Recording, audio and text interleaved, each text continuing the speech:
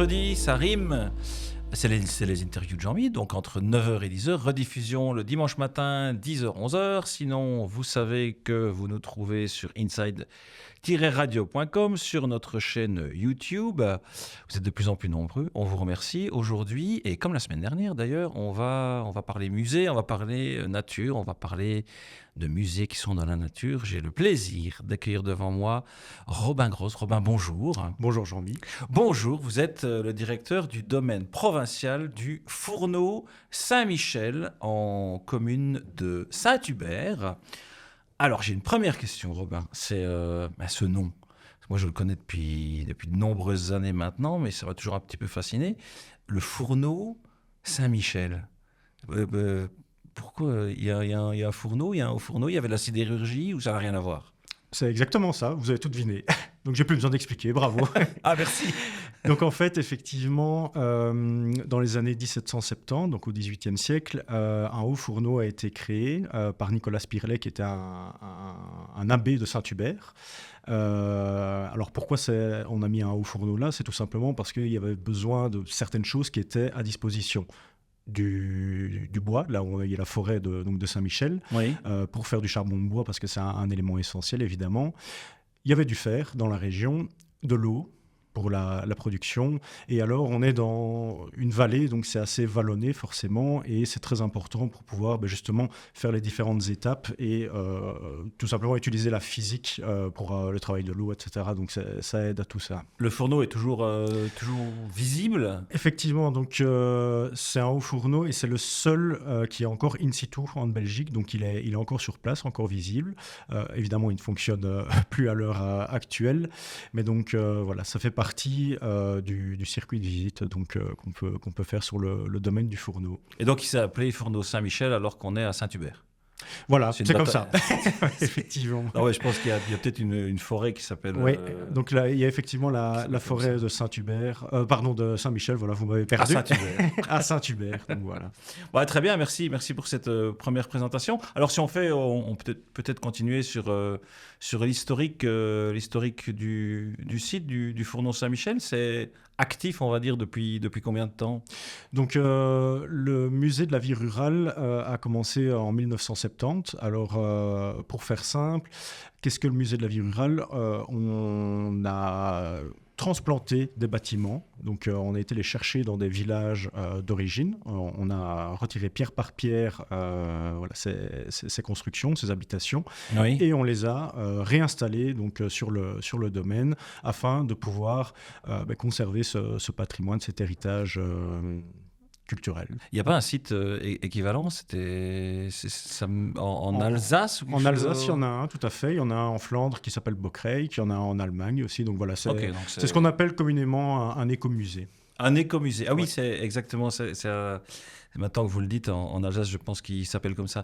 Ensuite, je vois que sur la page, le site internet, on voit que vous êtes quelque part subsidié, on va dire, par la province de Luxembourg, mais vous me disiez en préambule à cette interview que vous faites partie maintenant d'un projet interrégion. On peut peut-être en toucher un mot pour nos auditeurs. Oui, donc effectivement, petite parenthèse avant d'expliquer plus loin le projet. Donc le domaine provincial du Fourneau Saint-Michel dépend effectivement de la province de Luxembourg. Donc on est directement rattaché à la province.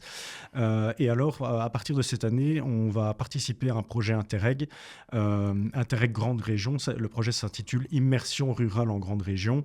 Et pour faire simple, le but, c'est de pouvoir rendre le site un petit peu plus immersif pour capter le public qui puisse se sentir vraiment dans un environnement vivant et qui retrace l'histoire de la vie rurale du 19e jusqu'au 20e Donc, siècle. quand vous dites immersif, avec des nouvelles technologies ou c'est l'objectif en tout cas. Différente, oui. Alors, toute la difficulté, c'est d'impliquer des nouvelles technologies, mais en restant dans l'histoire du passé. Et voilà, c'est ça. Oui. Donc, il ne faut pas que ce soit quelque chose de trop...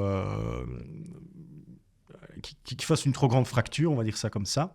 Mais effectivement, si on peut impliquer des nouvelles technologies pour apporter une scénographie nouvelle, ce sera l'objectif. Et on a également le souhait de pouvoir organiser un événement sous type de guinguette kermesse à l'ancienne, qui se fera en partenariat avec un autre site qui est dans le nord de la France, qui s'appelle les Vieux Métiers à Azanne. Les Vieux Métiers d'Azanne, oui, qu'on connaît bien aussi chez Inside. Donc on est interrégion France, Belgique, Luxembourg, Grand-Duché de Luxembourg également, et une partie de l'Allemagne, le Saarland, cette région-là. Oui, donc la fameuse grande région, comme on l'entend ici, dans notre belle province. On évoquait avec Robin Gross, qui est toujours en face de moi, qui est le directeur du domaine provincial du Fourneau Saint-Michel à Saint-Hubert, le site en lui-même et son histoire. J'aimerais, Robin, maintenant, pour cette deuxième partie, qu'on parle des musées, parce que je vois qu'il y en a deux. Il y a le musée du fer et le musée de la vie rurale de Wallonie. Alors, on peut peut-être commencer par l'ordre chronologique, c'est-à-dire le musée du fer. Qu'est-ce qu'on y retrouve dans ce musée ? Alors en fait, c'est un musée qui retrace l'histoire de la sidérurgie et l'histoire de l'utilisation du fer en période pré-industrielle. Et donc, comme je vous l'ai expliqué en première partie, oui. C'est totalement dans la thématique, puisqu'on est sur le lieu où le fer était fait. Donc il y a tout un petit parcours qui permet de voir déjà d'une part les bâtiments où tout se passait à l'époque, et ensuite on a vraiment des explications sur l'utilisation dans le passé et l'utilisation actuelle du fer, de la fonte, ses dérivés, etc. Je vois que le site a bénéficié de travaux de restauration et de mise en conformité. Toujours important. Oui, avant sa réouverture en 2019. Donc vous avez un outil qui a une deuxième jeunesse. Qui a une deuxième jeunesse, et donc on a déjà pu profiter de certaines nouvelles technologies. Je pense à des vidéos interactives où les enfants peuvent participer pour comprendre justement tout l'enjeu du musée. Donc voilà, il y a de quoi faire, il y a de quoi voir, et donc c'est toujours une visite qui a assez de succès. Alors vous avez parlé des enfants qui sont tellement importants. Comment on amène les enfants sur le site du Fourneau Saint-Michel ? Ils viennent principalement avec les écoles, ou ils viennent avec les parents et les grands-parents ? Alors on a un petit peu des deux. Une grande majorité, c'est vrai, c'est un public scolaire, et je pense que c'est quelque chose de très important que les écoles puissent apprendre aux enfants d'aujourd'hui ce qui se passait il n'y a pas si longtemps que ça, et ces enfants-là peuvent encore parfois retrouver des objets qui sont présentés dans nos collections, qui sont chez leurs grands-parents, s'ils ont encore de la chance, chez leurs arrière-grands-parents. Donc voilà, c'est quelque chose d'assez chouette, et je pense que pour savoir où on va, il faut d'abord voir d'où on vient. Ça fait penser à une des anciennes interviews, pas si ancienne que ça, du directeur du musée archéologique d'Arlon. Alors là, on était un petit peu plus loin dans le passé, mais c'était le même propos, de se dire, les enfants, venez et on va vous vulgariser quelque part ce qui se passait avant, comme vous le dites si bien, Robin, pour comprendre ce qui se passe maintenant et voir ce qu'on fait demain. On a fait le musée du fer, et il y en a un deuxième. Il y a le musée de la vie rurale de Wallonie.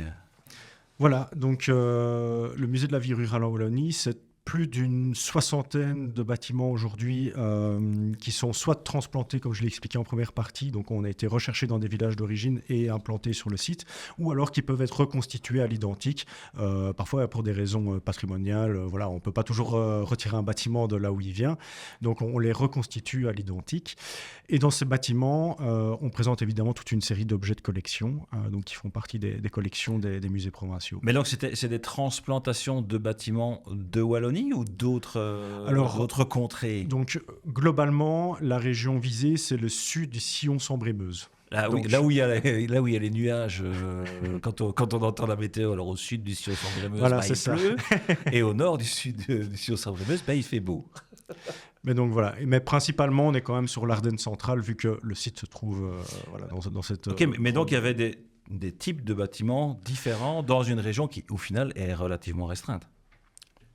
Oui, c'est exactement ça. Donc, on voit vraiment des caractéristiques différentes dans l'architecture de ces bâtiments, et c'est ce qui permet de les regrouper sur le site par sous-région, on va dire ça comme ça. Vous avez par exemple la Lorraine belge, l'Ardenne centrale, l'Ardenne nord-est. Ah, peut-être avec des pierres différentes, avec le schiste en Ardenne centrale, la pierre jaune. Et parfois, c'est aussi une question de technique de construction.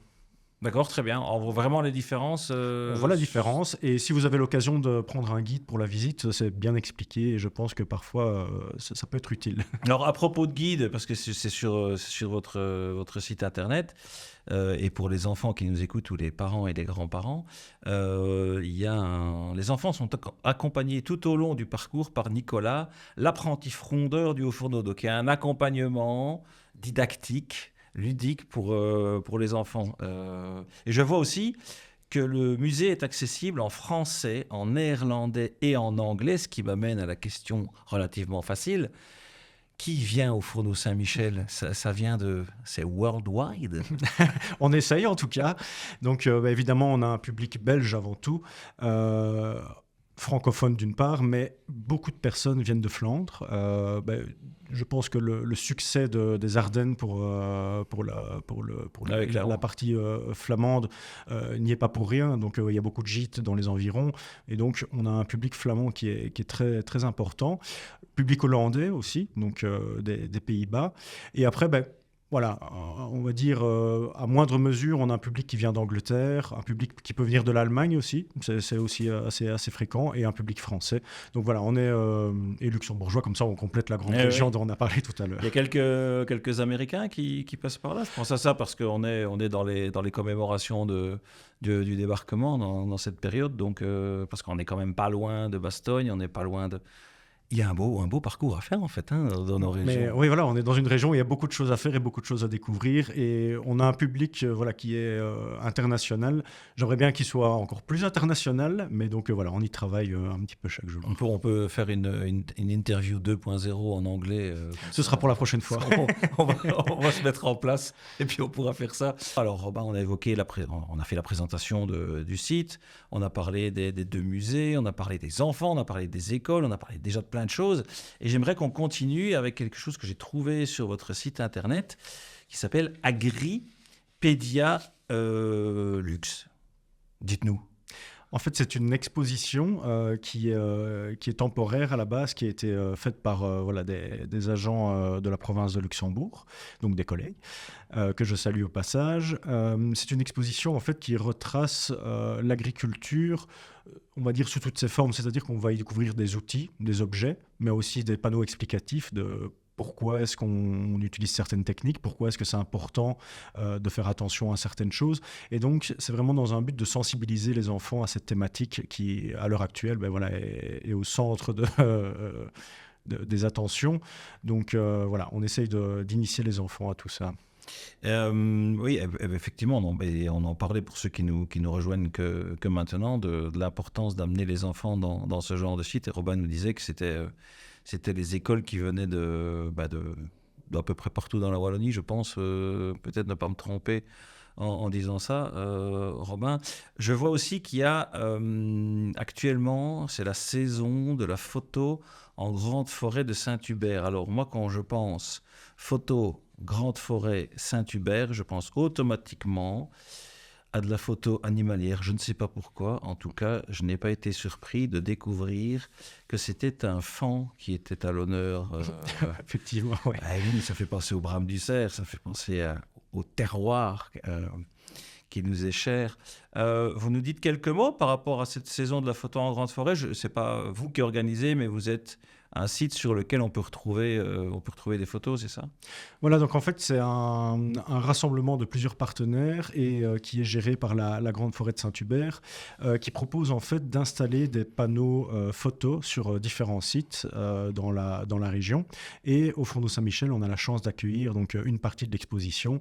Et vous avez tapé dans le mille. On a choisi, nous, de notre côté, voilà, des représentations animales ou végétales qui font en tout cas penser à la nature dans laquelle le site se trouve, donc c'est-à-dire la forêt ardennaise. Mais vous pouvez avoir sur d'autres sites des animaux un petit peu plus exotiques. Oui, ou on pourrait aussi partir sur des choses qui n'ont absolument rien à voir. On aurait pu penser à de la sidérurgie aussi, par exemple, pour donner un espèce de contre-pied par rapport au thème dans lequel vous vivez. Donc cette exposition, pour vous qui nous écoutez, vous vous en dire un petit peu plus. Vous avez le site internet qui s'appelle lessaisonsdelaphoto.be. Plus de 500 photos nature à découvrir toute l'année en grande forêt de Saint-Hubert. Donc 500 photos, c'est beaucoup, à travers 18 sites remarquables. Donc lessaisonsdelaphoto.be. Et je vois des villes comme Libin, Libramont-Chevigny, Nassogne, Saint-Aude, Saint-Hubert, Tenneville, le domaine provincial de Miroir et le domaine du Fourneau Saint-Michel. J'aimerais qu'on revienne peut-être quelques instants, Robin, sur le fait que vous soyez attaché à la province de Luxembourg au niveau des subsides, ce genre de choses. Comment ça se passe au quotidien? Oui, donc comme je vous l'ai dit, on dépend de la province de Luxembourg. Donc on va dire que une grande partie de ce qu'on fait est financé par la province, que ce soit le personnel qui travaille au quotidien sur le domaine ou pour toute intervention technique ou quoi que ce soit. Et le support logistique aussi. Et support logistique, évidemment, bien évidemment. Donc, on a la chance d'avoir une multitude de services qui s'entraident à la province et donc, ça permet de pouvoir travailler correctement sur le domaine. Je pense par exemple à l'entretien du cadre naturel, parce qu'on est quand même sur un domaine de plus de 40 hectares. Oui. Heureusement qu'on a... Il faut quelques débroussailleuses. Voilà, c'est ça. Et un peu de pinceau. Effectivement. Donc, heureusement qu'il y a plusieurs services pour gérer tout ça. Ok. Je vois aussi que vous avez un partenariat collectif bénévole qui s'appelle Ressources au Fourneau. On passe quelques instants là-dessus, si vous voulez bien. On passe quelques instants là-dessus, pas de problème. Donc en fait, il y a quelques mois, on a décidé de faire confiance à plusieurs bénévoles qui ont décidé de se regrouper pour redonner un second souffle de vie au fourneau, d'essayer de redynamiser un petit peu tout ça en proposant des animations une fois par mois, c'est l'objectif. Ça peut être des animations en rapport avec les vieux métiers, donc l'utilisation des anciens fours qui sont présents sur le domaine. Ça peut être le travail du cheval de trait, donc le débardage du bois, ce genre de choses.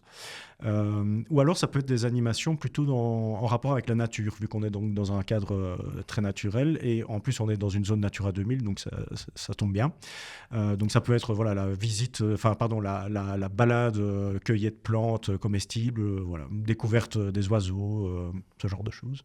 Parfait. On est sur le site du Fourneau Saint-Michel. On arrive à se restaurer sur le site ou on doit prendre le vélo? Je pense qu'il y a des balades à vélo d'ailleurs à faire dans le coin. Vous avez une offre aussi pour pouvoir se restaurer où on prend nos sandwichs. Alors, je réponds oui aux deux questions. Donc, il y a des itinéraires de balade vélo et il y a de quoi se sustenter donc, sur le domaine. On dispose de 2 établissements. Donc, d'une part, l'Auberge du Prévost et d'autre part, le bar Alpel. Ce sont 2 tavernes qui proposent vraiment des produits... En tout cas, ils essayent un maximum locaux. Circuit court. Circuit court. Mm-hmm. Donc ça, c'est vraiment quelque chose qui nous tient à cœur. Et vous allez trouver vraiment du terroir. Donc vous n'allez pas trouver des sushis. Du saumon fumé. Du saumon, ça pourrait, parce qu'il y a de la truite dans notre région. C'est vrai, j'allais dire, il y a de la truite. Mais donc, vous n'allez pas trouver de la nourriture américaine, ce genre de choses. Ce sera vraiment quelque chose qu'on trouve dans notre région.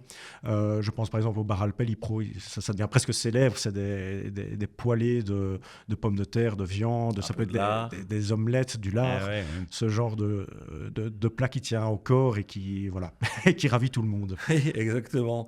On est en 2024, il y a un agenda cette année-ci ou des choses que vous avez déjà organisées, que vous comptez réorganiser, comme l'année est déjà en fait bien entamée. Voici déjà au début des vacances scolaires. Exactement. Donc, d'une part, avec le collectif Ressources au Fourneau, comme je vous l'ai dit, ils vont prévoir des animations. Et la prochaine, ce sera pour le 21 juillet. Donc, le 21 juillet, c'est une date importante pour le Fourneau parce qu'il y a quelques années, c'était le rendez-vous donc des habitants qui proviennent de cette région où il y avait des animations. Et voilà, on va essayer de relancer quelque chose cette année-ci. Le programme va suivre de cette journée. On sera attentif. Et alors, tout récemment, on a eu donc le Festival des plantes qui s'appelait Plantez-vous, qui était co-organisé avec ce collectif, mais surtout par la Listerny Beer, que je salue au passage. Salut. Salut. Donc voilà, c'était un marché artisanal avec aussi des animations en rapport avec le monde de la plante, de près ou de loin. Donc vous aviez des artisans qui présentaient voilà, des produits dérivés de la plante, mais parfois des vendeurs de plantes. Les artisans, vous les trouvez comment? Vous êtes, on va dire, suffisamment célèbre où les gens viennent chez vous? Vous faites votre petit marché d'artisans? Alors en fait, je pense que c'est pas quelque chose qui est facile de trouver des Bah oui, c'est personnes. pour ça que je pose la question. C'est que... Et ce qui a fonctionné ici, c'est que les gens en parlaient, et puis ces personnes-là en parlaient, donc c'est le bouche à oreille. Le bouche à oreille qui fait écho au circuit court de tout à l'heure. Exactement. Et voilà, si des gens sont motivés pour organiser quelque chose sur le site, ils finissent toujours par trouver. Ok, ben on peut faire un appel aussi là maintenant. On peut faire un appel. Ceux qui sont intéressés de proposer une activité, une animation, un événement, n'hésitez pas à prendre contact avec nous. Et à pousser la porte, même si c'est en forêt et si c'est en plein air. On a quand même des portes, hein, je vous rassure. Il y a quand même des portes, c'est bien. Robin, s'il y avait une anecdote ou si c'était à refaire, ou c'est quoi de travailler au journalier dans un endroit qui est loin d'être un bureau fermé? Vous avez résumé dans votre dernière phrase, donc c'est loin d'être un bureau fermé, donc j'ai des journées qui sont jamais les mêmes, donc ça c'est plutôt plaisant. Quand je regarde par la fenêtre, j'ai vu sur une immensité de verdure, donc que ce soit forêt, des prairies, on voit les animaux qui sont en train de pâturer, donc le cadre de travail évidemment est génial. Et comme je l'ai dit, j'ai jamais la même chose à faire sur une journée, ça peut être du très administratif, ça peut être du terrain, ça peut être des réunions, ça peut être accueillir des partenaires. Voilà, très varié, donc si c'est à refaire sans problème. On le refait, voilà. on redémarre, c'est reparti. Et puis la toute dernière question, qui est une question facile, on est sur une radio, Inside Radio, la radio plus proche de vous. L'invité a la possibilité de choisir une chanson.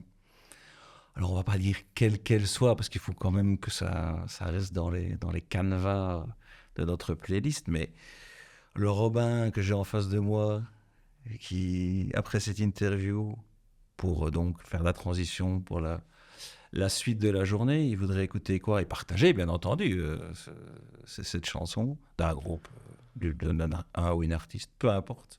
Peu importe. Ah oui.